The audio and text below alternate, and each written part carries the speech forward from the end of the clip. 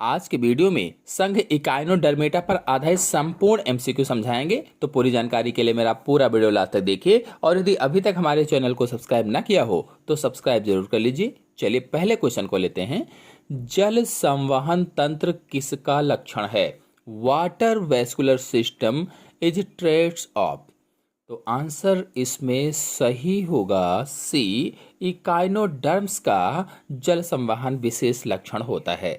आपको बता दें कि जल संवहन तंत्र अथवा वाटर वेस्कुलर सिस्टम की जो उपस्थिति होती है ये इकाइनोडर्मेटा संघ के जंतुओं का विशिष्ट लक्षण होता है और इस तंत्र से संबंधित मैड्रीपोराइड जो होते हैं वो मैड्रीपोराइड द्वारा जल प्रवेश करता है और जो इनमें ट्यूब फीट पाए जाते हैं जिन्हें हिंदी में नालपाद कहते हैं, तो वो ट्यूब फीट चलन में सहायता करते हैं या लोकोमोशन में हेल्प करते हैं और इनके द्वारा भोजन भी ग्रहण करते हैं, श्वसन क्रिया भी होती है।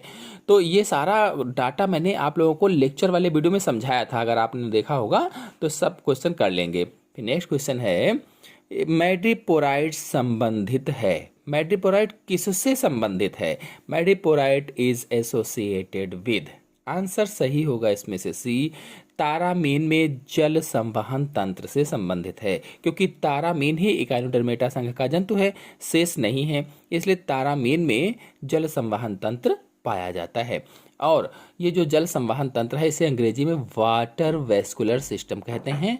और जो तारामीन होती है इसमें 5 भुजाएं होती हैं, 5, और इसके पिछली वाली जो सतह होती है, जो डॉर्सल सरफेस होती है, उस पर केंद्र से थोड़ा किनारे की तरफ एक प्लेट नुमा संरचना होती है, प्लेट जैसी, जिसे ही मैड्रीपोराइड कहा जाता है, मैड्रीपोराइड। फिर अगला प्रश्न है, निम्नलिखित में से कौन सिलेंट्रेटा संघ से सम्मिलित नहीं है? यानी ये जो 4 जंतुओं के नाम दिए गए हैं इनमें से कौन सिलेंट्रेटा संघ का नहीं है ये बताना है।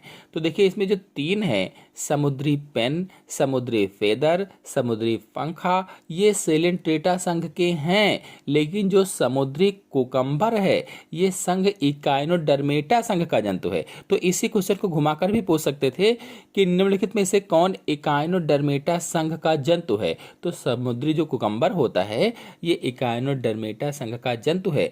अगर इसका वैज्ञानिक नाम देखा जाए, जो समुद्री कुकम्बर है इसका वैज्ञानिक नाम लिखकर अगर पूछ ले कभी तो होलोथूरिया होता है, होलोथूरिया। नेक्स्ट क्वेश्चन है, संघ इकाइनोडर्मेटा का लक्षण है, characteristic features of phylum Echinodermata. तो इसमें देखिए 4 ऑप्शन दिए गए हैं, जल संवहन तंत्र, हीमल तंत्र, उपर्युक्त दोनों, इनमें से कोई नहीं। तो इसमें जल संवहन तंत्र और हीमल तंत्र ये दोनों सही हैं, क्योंकि ये दोनों लक्षण इकाइनोडर्मेटा में पाए जाते हैं, मैंने लेक्चर में समझाया था अच्छे से, इसलिए इसमें ऑप्शन सही होगा सी वाला, उपर्युक्त दोनों। आपको बता दें कि हीमल तंत्र को फेरी हीमल तंत्र भी आप कह सकते हैं और ये वही परिसंचरण तंत्र ही एक तरीके का होता है और इन तंत्रों का निर्माण इनकी वास्तविक देहगुहा जो होती है, सीलोम जो होती है, उसी से होता है। तो हेमल तंत्र क्या है? जो ब्लड सर्कुलेशन तंत्र होता है या रुधिर प्रसंचरण तंत्र होता है उसे ही कहा जाता है। नेक्स्ट क्वेश्चन है, एक जंतु जिसमें वयस्क अरीय सम्मित दिखाता है पर इसका लार्वा द्विपार्श्व सम्मित प्रदर्शित करता है, इसमें से कौन सा ऑप्शन सही होगा? देखिए बहुत ही अच्छी तरीके से लेक्चर में मैंने इसको समझाया था। तो इसका ऑप्शन क्या होगा?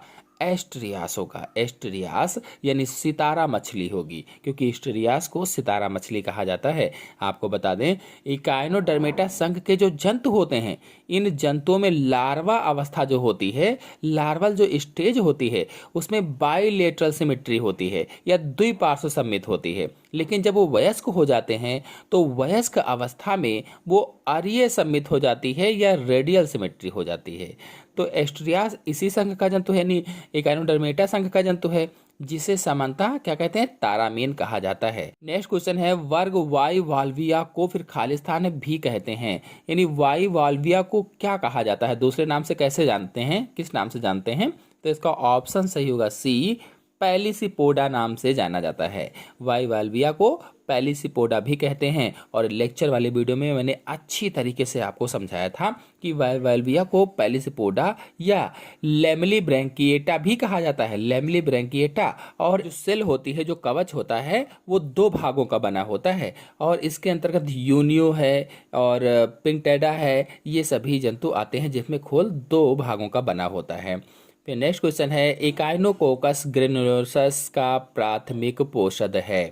भेड़, कुत्ता, मनुष्य, सुअर। प्राइमरी होस्ट ऑफ इकाइनोकोकस ग्रेनुलोसस, तो आंसर इसमें सही होगा बी, जो कुत्ता होता है ये क्या प्राथमिक पोषक होता है या प्राइमरी होस्ट होता है किसका, ग्रेनुलोसस का।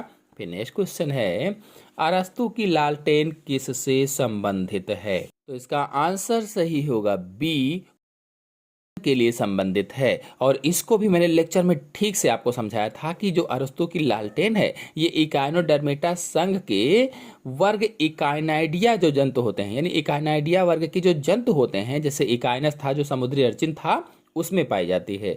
और इसका जो चबाने वाला अंग होता है उसमें चलने में सहायता भी करता है, तो इसी को अरस्तु की लालटेन कहा जाता है। नेक्स्ट क्वेश्चन है, अरस्तु लालटेन पाया जाता है, किसमें पाया जाता है, तो इसका आंसर से होगा बी, इकाइनाइडिया में पाया जाता है, वर्ग इकाइनाइडिया, और ये संघ इकाइनोडर्मेटा का एक प्रमुख वर्ग है। नेक्स्ट क्वेश्चन है, अरस्तु की लालटेन किस वर्ग का लक्षण, देखिए उसी क्वेश्चन को कैसे घुमा घुमा कर पूछा गया है। तो अरस्तु की लालटेन किस वर्ग का लक्षण है, तो इकाइनाइडिया का लक्षण होता है। नेक्स्ट क्वेश्चन है, सितारा मछली का श्वसन अंग है। Respiratory organ of starfish are, तो सितारा मछली का श्वसन अंग क्या होगा, पैपुली होते हैं। पैपुली जो सितारा मछली है इसके शरीर का आकार तारे जैसा होता है, तारे जैसा, और इसके शरीर में डिस्क और 5 भुजाएं होती हैं। नेक्स्ट क्वेश्चन है, एपीमार्फोसिस का तात्पर्य है। एपीमार्फोसिस किसे कहते हैं ये पूछना चाहते हैं ये, तो किसी खोए हुए भाग का पुनः बन जाना एपीमार्फोसिस कहलाता है। मतलब ये हुआ कि जैसे कोई शरीर है तो शरीर का कोई भाग एक कट गया है, खो गया है, तो फिर से पुनः से बन जाए, उसे ही एपीमार्फोसिस कहा जाता है। जैसे तारा मछली है तो उसका कोई एक 5 भुजाएं होती हैं, एक भुजा कट गई तो फिर से वो बन जाए, तो उसे ही एपीमार्फोसिस कहा जाता है। जबकि अगर किसी कोई कटे हुए भाग है, कटे हुए भाग से पूरा जीव बन जाता है तो उसे मार्फोलेक्सिस कहते हैं। कटे हुए भाग से पूरे जीव के निर्माण को मार्फोलेक्सिस कहा जाता है। जैसे अमीबा में होता था, हाइड्रा में होता था, कटा एक भाग तो पूरा एक फिर से अमीबा बन गया, तो उसे ही क्या कहा था, मार्फोलेक्सिस। लेकिन अगर किसी एक कटे हुए भाग को पुनः से वो उग जाता है, वैसे ही भाग बन जाता है, तो उसे एपीमार्फोसिस कहते हैं। नेक्स्ट क्वेश्चन है, तारा मछली के अंडे होते हैं। The egg of starfish are, तो तारा मछली के अंडे होमोलेसिथल होते हैं। होमोलेसिथल पहला वाला ऑप्शन सही होगा। और आपको बता दें, इन अंडों में पीत पूरे अंडे में समान रूप से वितरित रहता है। जो यॉक होता है वो पूरे अंडे में बराबर से वितरित रहता है। नेक्स्ट क्वेश्चन है, इकाइनोडर्मेटा में एम्बुलेक्रल तंत्र का प्रमुख कार्य है। एम्बुलेक्रल तंत्र का प्रमुख कार्य क्या होता है, तो आंसर सही होगा इसमें से बी, गति प्रदान करना, मोशन के लिए, मूवमेंट के लिए कह लीजिए कि होता है। यानी एम्बुलेक्रल तंत्र जो है ये इकाइनोडर्मेटा संघ के जंतुओं का विशिष्ट लक्षण है एक तरीके का। और इसमें जो ट्यूब फीड होते हैं, वो जो चलन पाद होते हैं, वो संरचनाएं पाई जाती हैं और इनका प्रमुख कार्य होता है कि चलना या चलने में सहायता करना। और इसके अतिरिक्त ये श्वसन भी करती हैं, भोजन को पकड़ती हैं, शिकार भी करती हैं। फिर नेक्स्ट क्वेश्चन है, टाइडमैन्स बॉडीज तारामीन के एम्बुलेक्रल सिस्टम के विशेष भागों में से एक है तथा किसके निकट साहचर्य में स्थित रहती है, तो इसका आंसर सही होगा बी, वलयनाल या रिंग कैनाल। और आपको बता दें कि टाइडमैन्स बॉडीज को सामान्य रूप से रेसिमोज ग्रंथि भी कहा जाता है। रेसिमोज ग्रंथि, और ये पीले रंग की छोटी सी थैली नुमा संरचना होती है। नेक्स्ट क्वेश्चन है, एस्ट्रियास अथवा तारा मछली में स्टोन कैनल छोड़ती है, जो स्टोन कैनाल है वो छोड़ती है। तो ऑप्शन सही होगा इसमें से सी, मैडिपोराइड तथा रिंग कैनल को, मैडिपोराइड और रिंग कैनल को। नेक्स्ट क्वेश्चन है, निम्न में से कौन इकाइनोडर्मेटा की लार्वा अवस्था है? इकाइनोडर्मेटा की लार्वा अवस्था कौन सी होगी? Which one of the following is the larval form of Echinodermata?